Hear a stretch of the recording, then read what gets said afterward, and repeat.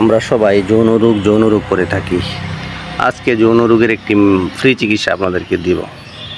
এই যে গাছটি দেখতে পাচ্ছেন, সবাই চিনবেন, নাম বলার কোনো প্রয়োজন নেই।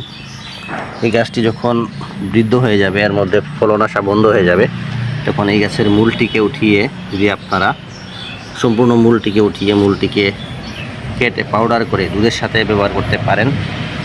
এবং এর যে দেখতে পাচ্ছেন পাকা বীজ যদি আপনারা ব্যবহার করতে পারেন শুকিয়ে পাউডার করে দুধের সাথে, তাহলে একাধারে আপনারা 41 দিন ব্যবহার করবেন, ইনশাল্লাহ ভালো একটি ফলাফল পাবেন। এই গাছগুলো যখন সম্পূর্ণ ফলন বন্ধ হয়ে যাবে, তখন এগুলোকে উপরে ফেলে দেবে। তখনই আপনারা এর মূল সংগ্রহ করবেন, নরম থাকতে কেটে আপনারা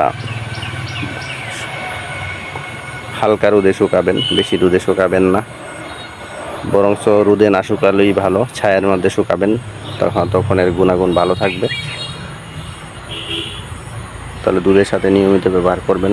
সারা বছর ব্যবহার করলে কোনো ক্ষতি নেই, উপকারই হবে, কোনো ক্ষতি হবে না। যেমন বিভিন্ন গাছের মূল ব্যবহার করি, শিমুল মূল, তাল মূল, অশ্বগন্ধা মূল, ঠিক তেমনিভাবে এই ঢেঁড়সের মূল বা ভেন্ডি গাছের মূল এবং ভেন্ডি গাছের বীজ যৌন রোগের জন্য খুবই কার্যকর। এবং আপনার যদি অন্যান্য সমস্যা থেকে থাকে, পুরুষাঙ্গ নিস্তেজ হয়ে থাকে, তার জন্য আপনার মালিশ ব্যবহার করতে হবে।